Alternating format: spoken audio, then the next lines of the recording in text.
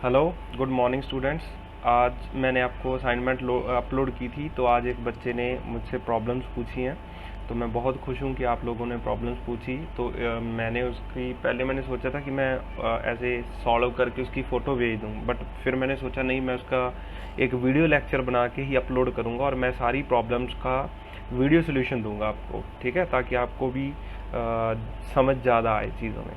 तो सबसे पहले क्वेश्चन नंबर 8 पूछा गया था मेरे से, वेक्टर असाइनमेंट 1। तो क्वेश्चन है टू फोर्सेज ऑफ मैग्नीट्यूड, मतलब टू फोर्सेज है हमारे पास। F1 vector is equal to 500 newton and due east, वो ईस्ट में लग रही है, and F2 is 250 newton due north, find F2 minus F1। ये बिल्कुल सिंपल क्वेश्चन है। देखिए, दो वेक्टर है मेरे पास और मेरे को उनका एडिशन करना है जस्ट, और एक वो नेगेटिव है, बेसिकली नेगेटिव हो रहा है मेरे पास, तो कोई बात नहीं है, मुझे आता है नेगेटिव करना भी। तो ये F1 वेक्टर है, ये F2 वेक्टर है। ये F1 वेक्टर ये ईस्ट डायरेक्शन है, तो मैंने F1 वेक्टर की डायरेक्शन ले ली ईस्ट में, और ये नॉर्थ है, ईस्ट वेस्ट नॉर्थ साउथ ऐसे लेते हैं हम। तो ये F1 वेक्टर आ गया और ये F2 वेक्टर आ गया ऊपर की तरफ, और ये है मेरे पास गिवन है 500 न्यूटन, और ये है मेरे पास 250 न्यूटन्स, ये गिवन है मेरे पास। अब मुझे F1 प्लस F2 नहीं करना, मुझे करना है F1 minus F2, F2 minus F1 vector, ये करना है मेरे को, F2 माइनस F1। तो F2 माइनस F1 को मैं ऐसे लिख सकता हूँ, F2 plus minus of F1, और ये नेगेटिव वेक्टर किसका हो रहा है, F1 का, तो F1 फ्लिप कर जाएगा इधर, तो ये F1 इधर आ गया और F2 ऊपर आ गया। अब इसका पहले हम रिजल्टेंट निकालते हैं, ये चीज़, ये रिजल्टेंट है R मान लीजिए, ये रिजल्टेंट निकाल रहे हैं, रेड कलर की लाइन है जो, ठीक है। तो मैं इस पे यूज़ करूँगा a² plus b² plus 2ab cos theta, मतलब ये जो रिजल्टेंट का फॉर्मूला यूज़ करते हैं ना, a² plus b² plus 2ab cos theta. तो थीटा तो यहाँ पे 90 डिग्री है, ये 90 डिग्री, और कॉस 90 0 होता है, तो a² प्लस b² रह गया। तो a² प्लस b² किया, तो पहले मैं 250 का स्क्वायर कर रहा हूँ, फिर नेगेटिव 500 का स्क्वायर कर रहा हूँ। तो सॉल्व करने पे अगर आप इसको सॉल्व करोगे कंप्लीट ऐसे, तो ये आ जाएगा मेरे पास, यही इसका आंसर है, ठीक है। दूसरी चीज़, हमें ये मैग्नीट्यूड पता चल गया F2 vector minus F1 vector का, हमें इसकी डायरेक्शन भी बतानी है। तो देखिए, आप किसी भी तरह से डायरेक्शन बता सकते हैं, दोनों सही हैं, ज़रूरी नहीं है कि जो आंसर में गिवन है वही सही डायरेक्शन है, आप दोनों में से कोई भी डायरेक्शन चूज़ कर सकते हो। मैं दोनों आपको बताऊंगा कैसे लिखते हैं। मान लीजिए मैं F1 वेक्टर से मेरा रिजल्टेंट अल्फा एंगल बना रहा है, तो डायरेक्शन चेक करने के लिए मैं लिखूंगा tan alpha is equal to, मैंने आपको बताया था कि जिस वेक्टर के साथ एंगल बन रहा है उससे दूसरा वेक्टर लेके sine theta and cos theta लेते हैं। तो 250, मतलब इसके साथ अल्फा बन रहा है, तो 250 into sine 90 and 500 minus 250 minus cos 90, ये मैंने यूज़ किया है। जैसे मान लीजिए मैं a वेक्टर है और ये b वेक्टर ले लूँ, तो b sine theta divided by a minus b cos theta, ये फॉर्मूला यूज़ किया है इसमें। तो इसको सॉल्व करोगे, साइन 90 तो 1 होता है, और 250 डिवाइडेड बाई 500, क्योंकि कॉस 90 तो 0 हो गया, तो ये मेरे पास 1/2 आ गया। तो जो tan अल्फ़ा है मेरे पास, अल्फ़ा आ गया tan इनवर्स 1/2, ठीक है। इधर आके जो tan है वो इनवर्स हो जाता है, और इसकी डायरेक्शन किधर है, डायरेक्शन मैंने आपको लिखनी सिखाई थी, ये नॉर्थ साइड है ऊपर की तरफ, और ये है वेस्ट, तो मैं इसको बोलूँगा नॉर्थ ऑफ वेस्ट, मतलब वेस्ट के नॉर्थ में, नॉर्थ ऑफ वेस्ट, वेस्ट के नॉर्थ में ये अल्फा डिग्री ऊपर है। तो अल्फा कितना है, tan inverse 1/2 north of west. दूसरे तरीके से अगर मैं ये बीटा वेक्टर ले लूँ, तो tan बीटा मेरे पास कितना आ जाएगा, जिस एंगल के साथ, जिस लाइन के साथ, जिस वेक्टर के साथ हम एंगल ले रहे हैं उससे दूसरा लिखते हैं हम। तो ये मेरे पास आ जाएगा, दूसरा वेक्टर कौन सा है, 500, तो आ गया 500 साइन 90, दोनों के बीच एंगल 90 है, डिवाइडेड बाय ये वेक्टर, यही फॉर्मूला दोबारा यूज़ हो रहा है, 250 माइनस कॉस 90। तो इसको अगर आप सॉल्व करोगे तो ये 2 आ जाएगा, तो बीटा की वैल्यू आ जाएगी tan इनवर्स 2।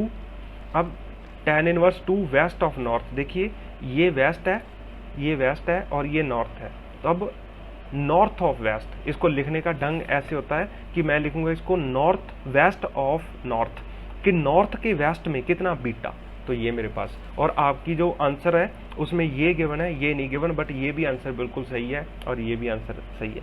बस आपको डायरेक्शन लिखने का ढंग आना चाहिए कि कैसे हम लिखते हैं। इसको हम लिखेंगे alpha degree north of west, इसको लिखेंगे beta degree west of north. West of north का मतलब है नॉर्थ के वेस्ट में, ये नॉर्थ का वेस्ट इधर है, इधर, और north of west, north of west, किसका वेस्ट, नॉर्थ, वेस्ट किसका नॉर्थ, वेस्ट का नॉर्थ, तो इधर। तो ऐसे लिखते हैं हम, ये आपको सीखना पड़ेगा कैसे करते हैं। जैसे मान लीजिए मैं ये लिखता हूँ, या ऐसे लिख लेते हैं, कोई और एग्जांपल ले लेते हैं। यहाँ पे एक एंगल थीटा बन रहा है और ये मेरा रिजल्टेंट है, और ये ईस्ट है और ये वेस्ट है और ये नॉर्थ है, तो मैं लिखूंगा theta degree north of east, या मैं लिखूंगा 90 minus theta degree east of north, ऐसे लिखते हैं। ठीक है, तो ये मेरा क्वेश्चन हो गया, क्वेश्चन नंबर 8। अब मैं आगे बाकी के क्वेश्चन भी सॉल्व करता हूँ। इसके बाद मेरे से पूछा गया था क्वेश्चन नंबर 10। तो क्वेश्चन नंबर 10 में पूछा गया है, क्वेश्चन नंबर 10 में यहाँ पे सॉल्व करता हूँ। देखिए क्वेश्चन नंबर 10 बोला गया है टू वेक्टर्स, आपके पास भी वो होंगे क्वेश्चंस, आप देख लीजिए, वहाँ से पढ़ लीजिए। तो लिखा गया है two vectors A vector and B vector lie in a plane, मतलब दो वेक्टर हैं मेरे पास, ऐसे ए वेक्टर और बी वेक्टर, वो एक प्लेन में लाई कर रहे हैं। कोई भी एंगल होगा, मुझे नहीं पता, बट मैं मान लीजिए थीटा मान लेता हूँ सिंपलेस्ट। तो ये ए वेक्टर है और ये बी वेक्टर है, and another vector C lies outside this plane, तो मतलब ये प्लेन के बाहर है सी वेक्टर। ठीक है, और तीनों के बारे में कुछ नहीं बोला गया, ये ऐसे इन दोनों से बाहर आ रहा है प्लेन से। जैसे मान लीजिए ये मेरे बोर्ड में दो प्लेन ऑफ दिस बोर्ड, यहाँ पे दो वेक्टर्स ऐसे हों, ऐसे दो वेक्टर्स हों इस डायरेक्शन में, और तीसरा वेक्टर बाहर की तरफ हो ऐसे, ऐसे, तो ये एक प्लेन ऑफ द पेपर से बाहर आ रहा है, ये बोला गया है। The resultant of A plus B plus C vector of these three vector, the resultant of A vector plus B vector plus C vector of these three vectors क्या हो सकता है या क्या नहीं हो सकता। उसमें पहला ऑप्शन लिखा है कि इन तीनों का रिजल्टेंट क्या हो सकता है। तीनों का रिजल्टेंट पहला उसमें बोला गया कैन बी जीरो, क्या इनका रिजल्टेंट जीरो हो सकता है। बी ऑप्शन है can not be zero, can not be zero. अच्छा, इनका रिजल्टेंट जीरो हो सकता है कि नहीं हो सकता। देखिए ये जो दोनों वेक्टर्स हैं, ये दोनों ए और बी, जैसे मान लीजिए ये मैंने आपको बताया था कि ये प्लेन ऑफ द पेपर में पड़े हैं, ऐसे एक प्लेन में बैठे हैं, तो इनका रिजल्टेंट है जो वो पक्का इस डायरेक्शन में आएगा, इस डायरेक्शन के अलॉन्ग आएगा, अगर दो वेक्टर्स ऐसे हैं। और तीसरा वेक्टर है जो वो ऐसा है। ठीक है, तो जो मेरा रिजल्टेंट आ गया, आपको दिखाता हूँ, समझाता हूँ। और देखिए ऐसा है, ये एक वेक्टर आ गया, ये दूसरा वेक्टर आ गया, ऐसे मैं कैमरे के सामने लेके आता हूँ। ये दो वेक्टर्स हैं ऐसे, एक वेक्टर ऐसे है इस डायरेक्शन में पड़ा हुआ, और एक वेक्टर है उस डायरेक्शन में पड़ा हुआ, तो इनका रिजल्टेंट कैसे आएगा, पक्का ऐसा आ जाएगा कुछ। और जो तीसरा वेक्टर गिवन है हमें, वो बोला गया कि इस डायरेक्शन में है ऊपर की तरफ, इनसे परपेंडिकुलर, ऐसे ऊपर की तरफ। अब इन दोनों का रिजल्टेंट ये आ गया, तो एक वेक्टर ऐसे है, तो मैं इसको भी हटा देता हूँ, इसको भी हटा देता हूँ, क्योंकि मेरे को तो रिजल्टेंट मिल गया ना। अब ये और ये प्लेन ऑफ द पेपर में, ये out of the plane of paper है, दोनों में एंगल हो गया 90 डिग्री, तो इनका जो रिजल्टेंट आ जाएगा वो कुछ ऐसे तिरछा आ जाएगा दोनों में। तो ये it can not be zero, ये आंसर इसका, ये कभी भी जीरो नहीं आ सकता। तो ये ऑप्शन गलत है इसका, और ये सही है, ये कभी भी जीरो नहीं आ सकता इनका रिजल्टेंट।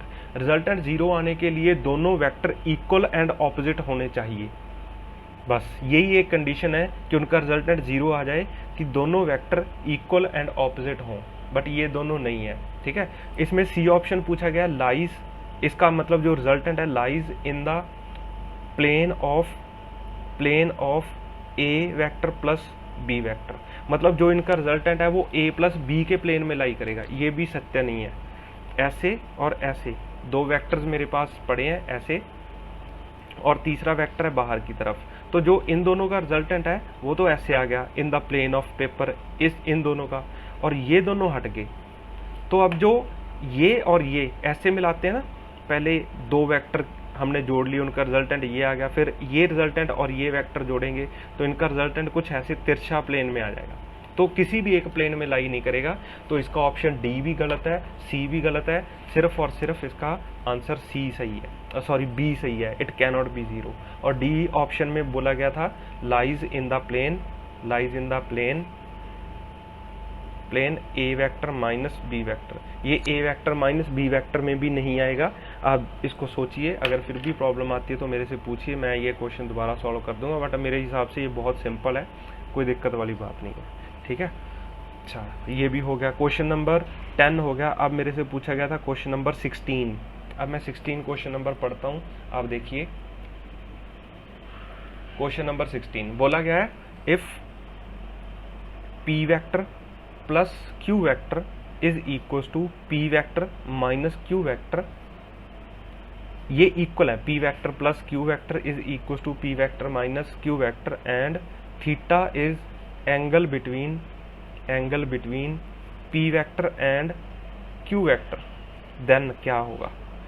तो ये बिल्कुल सिंपल सा क्वेश्चन है, हम इसको ऐसे कर लेते हैं, ये दोनों इक्वल है ना, तो सोल्यूशन के लिए हम ऐसे लिख सकते हैं। इन दोनों का सोल्यूशन हम कैसे लिखते हैं, resultant P square plus Q square plus 2pq cos theta is equal to इन और अंडर द रूट आ जाएगा ऑब्वियसली, और ये आ जाएगा P square plus Q square minus 2pq cos theta, ऐसे under the root. Squaring both sides, अगर आप इनको स्क्वायर कर दोगे तो आ जाएगा P square plus Q square, मतलब अगर ये दोनों वेक्टर p प्लस क्यू बराबर हैं तो इसका रिजल्टेंट और इसका रिजल्टेंट भी तो बराबर होना चाहिए। मैं इन दोनों को ऐसे भी तो लिख सकता हूँ, इसका रिजल्टेंट ऐसे लिख सकता हूँ, तो आ गया 2pq cos theta is equal to P square plus Q square minus 2pq cos theta, ये आ गया। अब पी स्क्वायर क्यू स्क्वायर तो कट गए, तो ये मेरे पास बच गया 4pq cos theta is equal to 0। अब देखिए, आपने पहले भी क्वाड्रेटिक इक्वेशन में ये चीज़ें पढ़ी हैं कि अगर ये और ये क्वांटिटीज़ इनका प्रोडक्ट 0 है, या तो ये 0 है या ये 0 है। अब p और q 0 नहीं है क्योंकि ये नॉन जीरो वेक्टर्स हैं, और इसका मतलब cos थीटा ही 0 है। cos थीटा 0 कब होता है, दिस इम्प्लाइज थीटा कितना होना चाहिए, 90 डिग्री। तो इसका आंसर है b, 90 डिग्री इसका आंसर आ गया। इसके बाद क्वेश्चन नंबर 22 मेरे से पूछा गया था, 22 क्वेश्चन नंबर 22, तो उसको मैं पढ़ता हूँ क्वेश्चन को, आप देखिए। बोला गया है if 0.5 i cap plus 0.8 j cap plus c k cap is a unit vector, find value of c। अब हमें पता है आपको c की वैल्यू बतानी है, ये एक यूनिट वेक्टर है, और यूनिट वेक्टर की खास पहचान क्या होती है कि उसका मैग्नीट्यूड 0 होता है, मैग्नीट्यूड सॉरी 0 नहीं 1 होता है, magnitude is unity that is 1। तो मैं इस पूरे वेक्टर का मैग्नीट्यूड निकालता हूँ, उसको 1 के बराबर पुट करता हूँ, मेरे पास आंसर आ जाएगा। तो मैं लिखता हूँ इसका मैग्नीट्यूड कैसे निकालते हैं, मैंने आपको बताया था 0.5 whole square plus 0.8 whole square plus c whole square is equal to 1, मतलब इस वेक्टर का मैग्नीट्यूड 1 है, that's why this is unit vector. तो स्क्वायरिंग बोथ साइड्स तो मेरे पास आ जाएगा 25/100, इसको मैंने सॉल्व करके लिख लिया, फ्रैक्शन फॉर्म में ले आया, यह आया 64/100 plus c square is equal to 1, squaring both sides, ये चीज़ आ गई। तो ये मेरे पास कितना हो गया 89, तो c square is equal to 1/1 minus 89, यह आ जाएगा ना 89, 5 + 4 9 6 2 8 9, तो 89/100 आ गया, तो ये आया 11/100। तो c की वैल्यू कितनी आई, अंडर रूट 11/100 को मैं ले सकता हूँ 0.11, और यही इसका सोल्यूशन है, आप आपकी आंसर की में देख लीजिए। इसके बाद हम मेरे से पूछा गया था क्वेश्चन नंबर 23, क्वेश्चन नंबर 23 भी देखते हैं। बोला गया the rectangular components of a vector are 2,2, rectangular component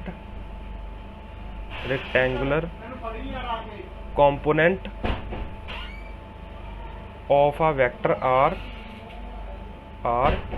2,2, the corresponding rectangular component of another vector.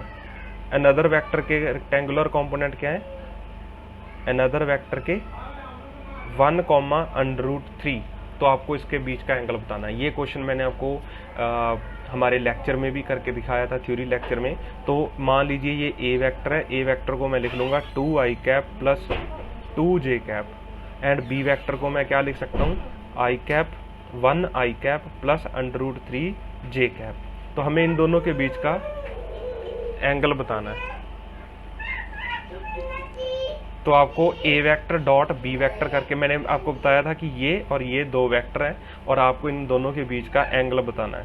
तो ए वेक्टर डॉट बी वेक्टर कितना आ जाएगा, ए बी कॉस थीटा। तो आ गया A vector dot B vector is equal to A B cos theta. तो मैंने आपको बताया था कि इसी तरीके से आप सारे एंगल्स निकालोगे। यहाँ पे मेरे को एंगल फाइंड करना है, तो पहले मैं ए वेक्टर डॉट बी वेक्टर कर लेता हूँ। तो 2 × 1 इज 2 प्लस 2 × 3 इज 2√3। तो ए वेक्टर का मॉडुलस कितना आ गया, √4, और बी वेक्टर का मॉडुलस कितना है, सॉरी ये कितना आ गया 2 2 4 4 + 4 8, इसका मॉडुलस आ गया। इसका मॉडुलस ए वेक्टर का मॉडुलस, जिसको मैं ए लिख रहा हूँ, दैट इज इक्वल टू 2² + 2²। तो ये मेरे पास आ गया √8। ऐसे ही बी वेक्टर का मॉडुलस कितना आ जाएगा, वो आ जाएगा मेरे पास 1 + √3 का होल स्क्वायर। तो आ गया मेरे पास √4, ये आ गया। तो √4 × cos थीटा, ये आ गया। तो यहाँ पे हम सॉल्व करेंगे तो ये यहाँ पे आ जाएगा 1 + √3 इज इक्वल टू, ये मैं इसको लिख सकता हूँ 2 √2 × 2। √4 को मैंने 2 लिख लिया, इसको मैंने 2 √2 लिख दिया, ये cos थीटा आ गया, तो ये कट गया। तो मेरे पास आ गया 1 + √3/2 √2 that is equal to cos थीटा। अब ये वैल्यू cos 15 की स्टैंडर्ड वैल्यू है, बट आपको याद रखने की इतनी ज़रूरत नहीं है। अगर याद रह जाए तो बहुत अच्छी बात है। तो ये cos 15 डिग्री की स्टैंडर्ड वैल्यू है 1 + √3/2 √2। तो ये आपका सोल्यूशन आ गया इसका 23 का। अब नेक्स्ट क्वेश्चन मेरे से पूछा गया था क्वेश्चन नंबर 24। तो क्वेश्चन नंबर 24 मैं आपको स्टेटमेंट पढ़ के बताता हूँ। ये तो बहुत ही आसान क्वेश्चन है 24, मैं यहीं पे सॉल्व कर देता हूँ। क्वेश्चन नंबर 24, क्वेश्चन नंबर 24 में बोला गया है X and Y components of the force are. X component कितना है फोर्स का, एक्स कॉम्पोनेंट है 2 newton, and Y component is equal to -3 newton. तो बोला गया था फोर्सेज, तो फोर्स कितनी आएगी, फोर्स आ गई 2i cap -3j cap, that's all simple. और ये ऑप्शन नंबर आ जाएगा 2 - 3, ये ए नंबर ऑप्शन आ जाएगा मेरा, ठीक है। तो ये क्वेश्चन नंबर 24 भी मैंने सॉल्व कर दिया आपका। इसके बाद मेरे से पूछा गया था question number 27। Question number 27, question number 27। तो क्वेश्चन नंबर 27 में बोला गया 3 नॉन जीरो वेक्टर्स। तो उन्होंने पहले क्लियर कर दिया कि भाई जो ए वेक्टर है that is not equal to 0, B vector है that is not equal to 0, and C vector भी नॉन जीरो है that is also not equal to 0। तो and C vector satisfy the relation A vector dot B vector. मेरे पास A vector dot B vector 0 है, and A vector dot C vector भी मेरे पास 0 है, then A can be parallel to what. उन्होंने बोला कि ए वेक्टर, बी वेक्टर और सी वेक्टर तीनों नॉन जीरो हैं, A vector dot B vector 0 है। इसका क्या मतलब है, डॉट प्रोडक्ट 0 कब आता है, डॉट प्रोडक्ट होता है A B cos theta is equal to 0। इसका मतलब theta is equal to 90 degree हो गया। इसका मतलब ए वेक्टर और बी वेक्टर दोनों में एंगल 90 डिग्री है। सिमिलरली ये चीज़ देखेंगे तो मेरे पास आ जाएगा A C cos theta is equal to 0। इसका मतलब ए और सी में भी एंगल 0 है। ये ए मान लेता हूँ, ये बी मान लेता हूँ, तो इसका मतलब theta between A and C is also 90 degree, ये भी 90। इसका मतलब जो सी वेक्टर है वो ऐसे बना हुआ है सी वेक्टर, तो ये एंगल भी 90 डिग्री है, ठीक है। अब उन्होंने पूछा क्या है, then A vector can be parallel to what. जो ए वेक्टर है वो किसके पैरेलल है। अब देखिए अगर ए और बी में एंगल 90 है, ए और सी में एंगल 90 है, तो पक्का ए एंड सी में भी एंगल बी और सी में भी एंगल 90 होगा। तो ये जो ए है वो किसके पैरेलल होगा, देखते हैं किसके पैरेलल है। अब देखो, अगर मैं बी वेक्टर और सी वेक्टर का मैं क्रॉस प्रोडक्ट लेता हूँ, ठीक है, बी वेक्टर क्रॉस सी करता हूँ, बी क्रॉस सी करता हूँ, तो मेरे को रिजल्टेंट किधर मिलेगा। मान लीजिए कि ये 3D में इसको मैं ऐसे ड्रॉ करता हूँ, ऐसे, ठीक है, और ये बाहर की तरफ है मेरे पास, ये बी वेक्टर है, ये सी वेक्टर है, और ये मेरे पास ए वेक्टर है, ऐसे। तो अगर मैं बी क्रॉस सी करता हूँ तो अपना हाथ ऊपर की तरफ रखिए, क्योंकि मैं ऐसे वेक्टर्स को मान रहा हूँ, ऐसे, दूसरे वेक्टर को मैं ऊपर की तरफ मान रहा हूँ, और तीसरा वेक्टर है मेरा इस डायरेक्शन में, ऐसे हैं 3 वेक्टर्स, ठीक है, ऐसे मैं यहाँ पे रख के ड्रॉ करके दिखाता हूँ, ये तीनों वेक्टर है। तो मान लीजिए ये ऊपर की तरफ जो आ रहा है वो बी है, ये इधर वाला सी है, और ये ए है। अब मैं बी क्रॉस सी करता हूँ, तो मैं अपना हाथ रखूँगा पहले बी में, फिर सी की तरफ अपनी उंगलियाँ मोड़ूंगा, तो मेरा जो अंगूठा है हाथ का वो किधर जाएगा, राइट हैंड का अंगूठा अलोंग ए। इसका मतलब जो आंसर है वो बी क्रॉस सी है, वो जो इन दोनों का प्रोडक्ट होगा बी क्रॉस सी का, वो इस डायरेक्शन में आएगा जो किसके पैरेलल है, ए के। तो that's why the right answer is B cross C, that is D option. तो आपका option number D correct option है इसका, ठीक है। इसके बाद आ गया मेरे पास क्वेश्चन नंबर 28। होप अगर कोई भी फिर भी प्रॉब्लम है तो फिर भी पूछिए आप, कोई प्रॉब्लम नहीं है, मैं दोबारा सॉल्व करके दे दूंगा आपको, बट आप क्लियर करके रखिए सारी चीज़ें। तो क्वेश्चन नंबर 28 पूछ रहे हैं, उन्होंने बोला है the magnitude of scalar product of 2 vectors is 8। Magnitude of scalar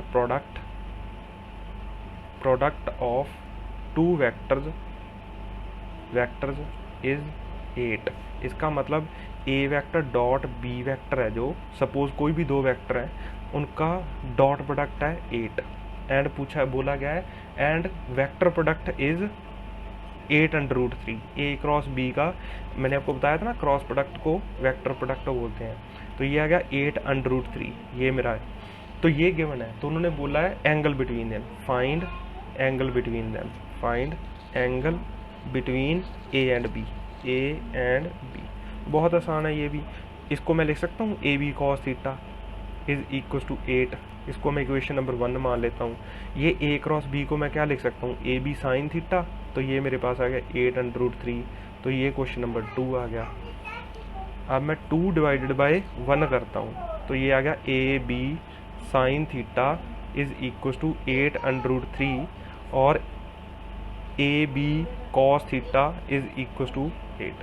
तो ये कट गए, ऐसे दोनों को मैंने डिवाइड कर दिया। तो sine theta by cos theta क्या आ गया, tan theta, that is √3। This implies theta is equal to 60 degree. तो ये टैन √3 कब मिलता है, थीटा। तो ये B option is the correct option.